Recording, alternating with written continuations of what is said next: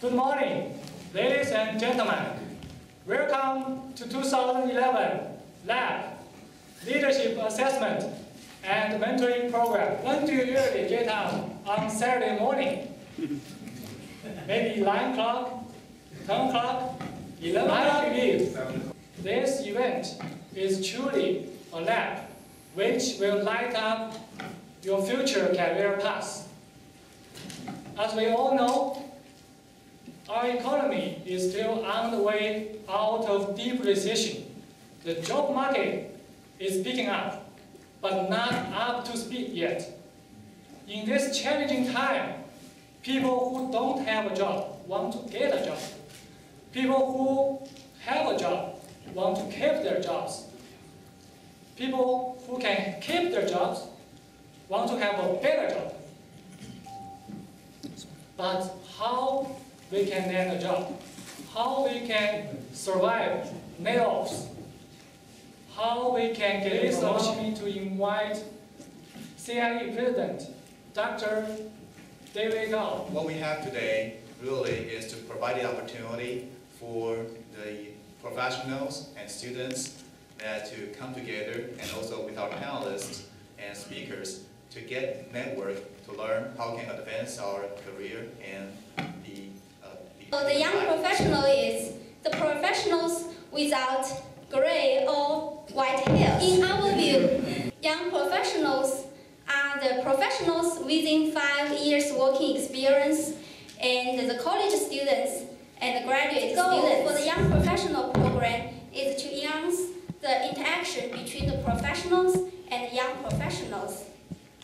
And also, we will develop the leadership and the mentoring program for young professionals and students. Now, we have enhanced cooperation with local universities such as UT Dallas, UT Arlington, SMU, UNT, and Collin College. We have student chapters in each university. And also, we participate in the students' events and organize the seminars, which would be beneficial for both young professionals and students. I'm honored to introduce you our first keynote speaker, Mr. Mark Carpenter, VP and CTO of Oncor.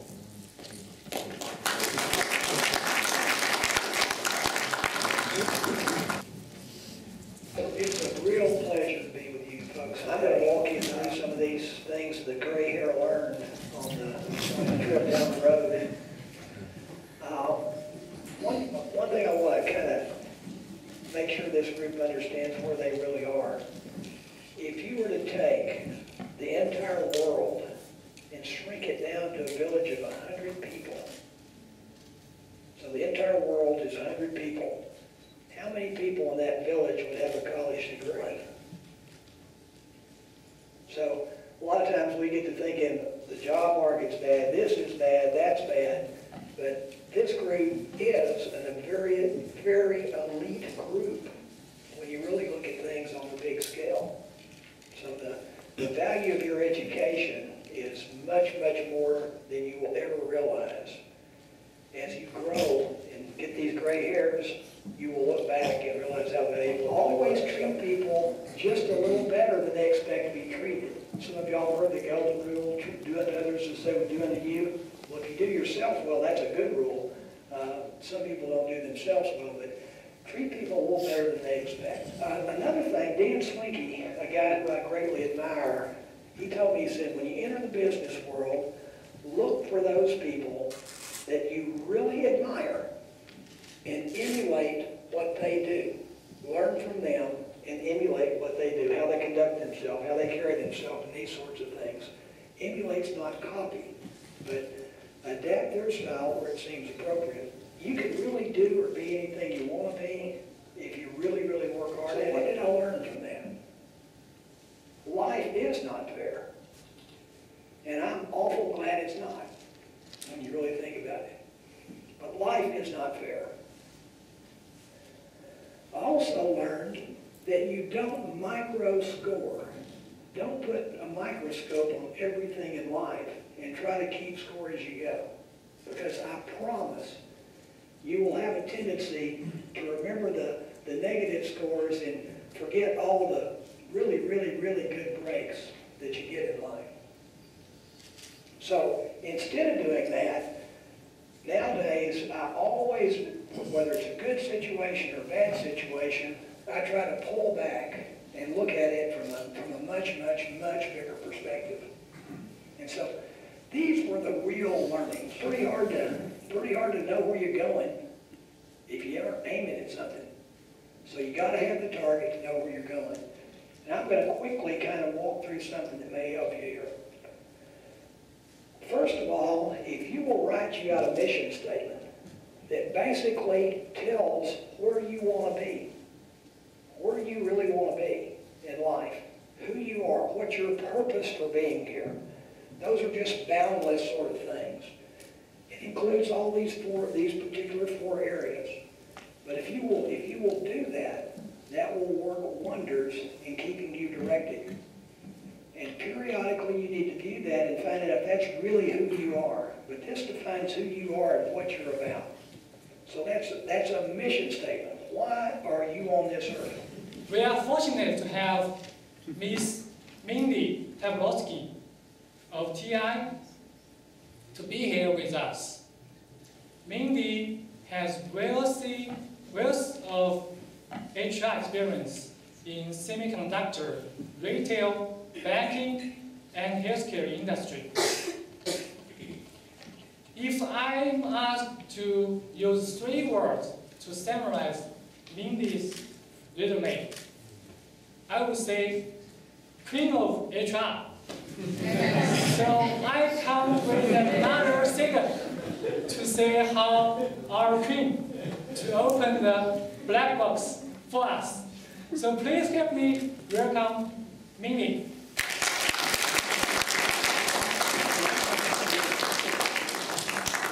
So what I'm going to talk today about is what got you here won't get you there, and how to accelerate that journey to get there wherever there is. All right, so the main thing is, first of all, I want you to know you own your career. You are the master of your own destiny. You've worked hard, you've been in school, many of you, a long time, but the things that made you successful in school won't necessarily make you successful as you go out in the workforce. So there is a next part of that journey, and it starts here and now. And I can't imagine how much more exciting that could be. I've been in the workforce a long time, and I still get excited about what I do. But it's a little bit more difficult if I want to change direction, but you can change it as much as you want.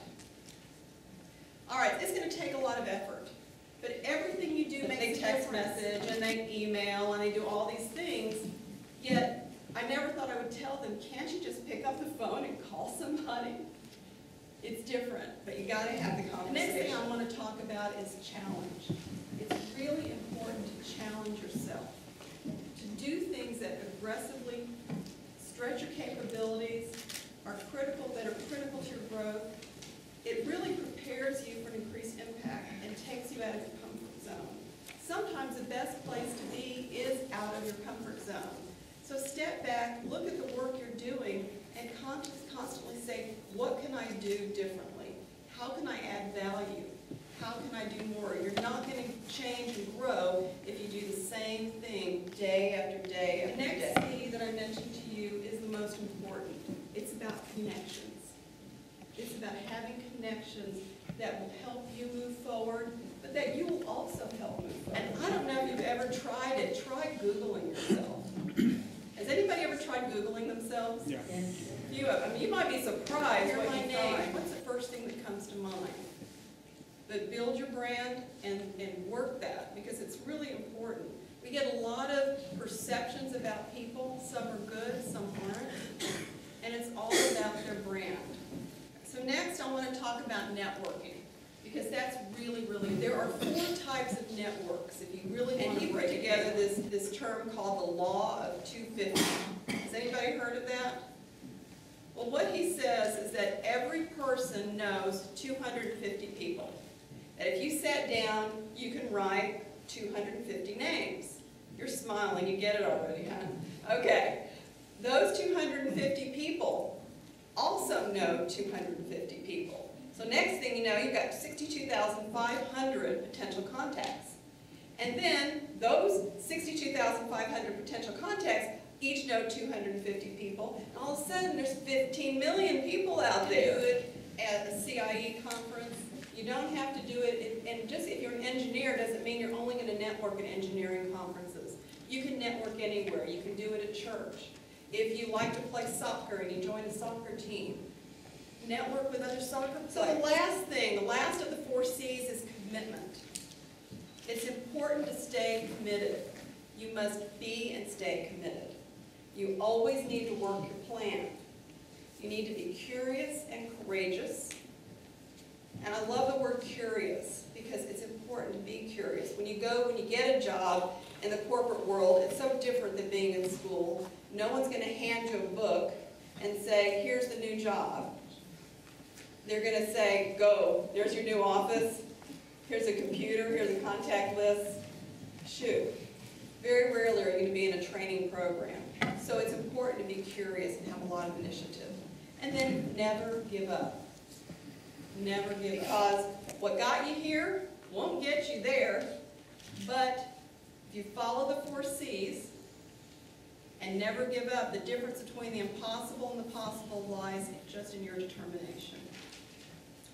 So, thank you.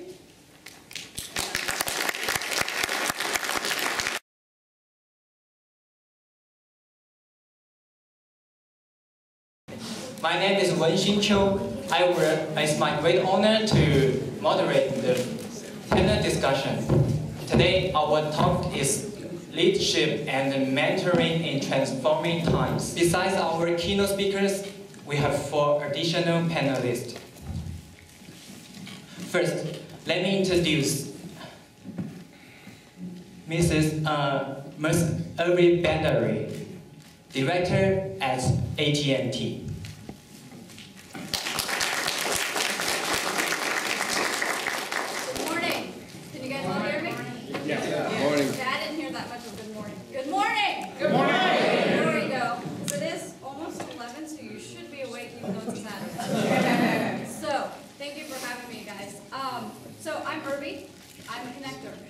What does that mean? I enjoy meeting people. I enjoy connecting people together. That's how I help. That's how I give back. And that's what I enjoy doing. Oh, and by the way, I do work at AT&T. At AT&T, I work in branding. Most of my career has been in branding, marketing, and advertising. I've worked for many different companies. Each of the companies, all different industries, they've given me the experiences of where I am today. And I will also say this, that your personal life also makes you who you are today. So, you know, once you guys ask questions and stuff, we can talk about that. But basically, that's me. I'm a connector. I meet lots of people every day. I try to figure out what they want, what they need, if I know other people that I can connect them to. And I do that a lot in my work, too, to the extent that a lot of the roles that I've had in my last couple of jobs have been roles where I need to make sure that I can see stuff from a big picture, whether it's marketing, operations, whatever, and connect people within the company. So I look forward to hearing your questions and hopefully giving you decent answers. Thanks, Eric. The next panelist will be Mr. KB, head of the project delivery at Nokia Siemens Networks. Welcome, KB.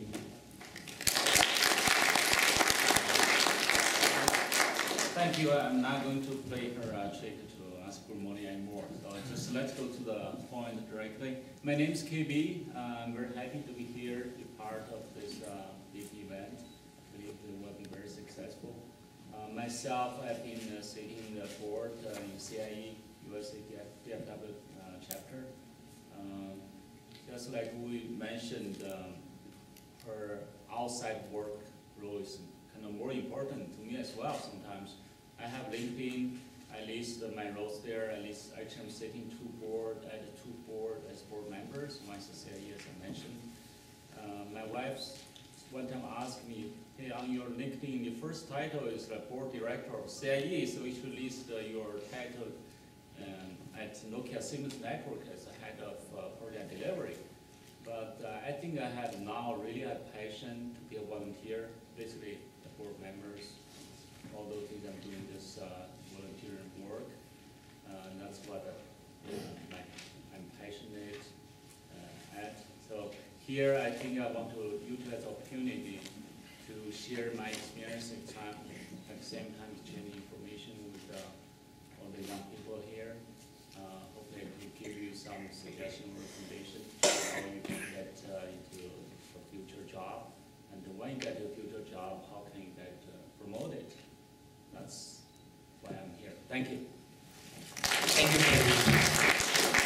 The next panelist is Mr. Bruce Lin, head of the, Senior Technical Program Manager at IBM. Right, Bruce Lin from IBM. IBM is my third IT job. It's now my bio, but the first one is Taiwan Matsushita. You probably never heard the name, but if you know Panasonic, that's the company, that's the product we produce. So 1982, I came to Dallas, Dallas for graduate school, and then 84, I joined an insurance company in Fort Worth, and it's still in the IT department. In 1988, I joined IBM, part of the old professional service group, and it's amazing now. The division has grown to over 50% of IBM revenue. It's only 20-ish years, but that's it. So, and you probably heard IBM just passed 100 years celebration a couple of days ago. So for a company, especially a technology company, to survive and grow 100 years continuously, that's amazing. And I can tell you the key thing, there are a few key things to the success. One is the founder and the original leaders.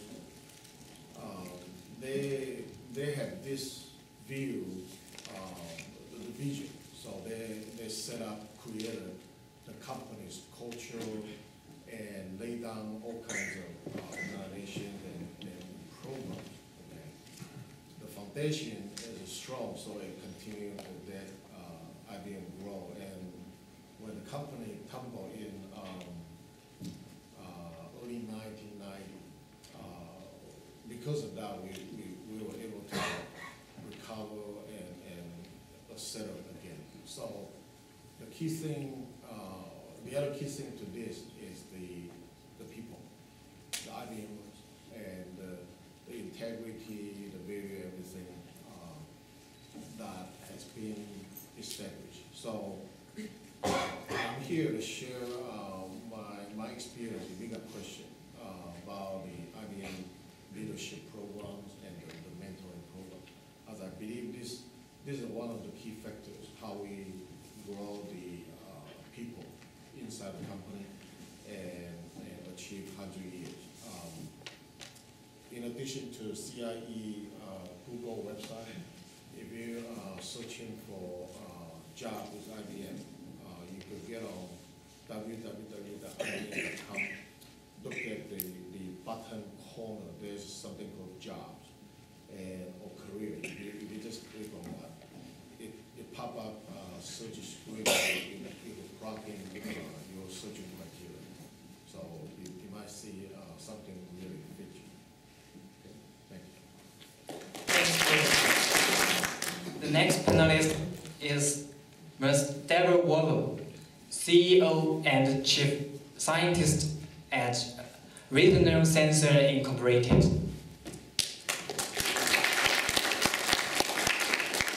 Hello, I am running a biosensor company. Resonant Sensors is actually a company that I founded or co-founded with my former graduate advisor, Dr. Robert Magnuson.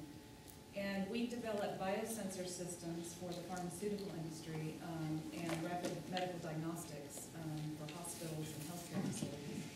It was based on actually on technology that I developed with my advisor and another colleague in my lab when I was a graduate student here studying in the electrical engineering department. So I received my bachelor's and my master's degree, and what came out of my thesis was what we filed a patent on. And I had in my mind when I went out, this was in the late 90s, so I had in my mind when I went out and started working that I might want to start a company. And at the time, I didn't feel like I was qualified to do that because I had just gotten freshly out of school, and I didn't feel I had the experience. I didn't have the confidence anyway to do it.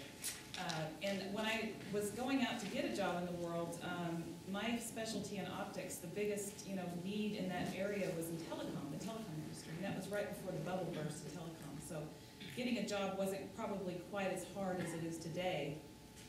But I targeted positions in the industry that could help me achieve the goal that I wanted to do eventually of starting this company. So I worked in a startup company in my first position, and then later on I went to a larger company in the telecom industry, Marconi Networks and Telabs. And I was placed in positions where I was actually responsible for evaluating investment opportunities for the business as a technical due diligence person. So I kind of had my end goal in mind on every position. I looked for opportunities to sort of help me gain the skills that I needed to be able to start my own business. And then later on, I actually formed Resonant Sensors, and we raised money by writing a lot of hard work, through a lot of hard work, raising grant money and investor money.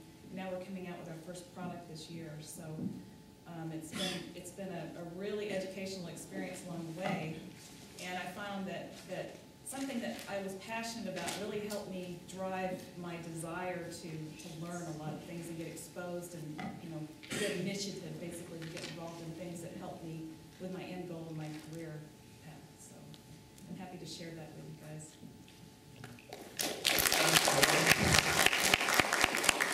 Okay, let's welcome our outstanding panelists again.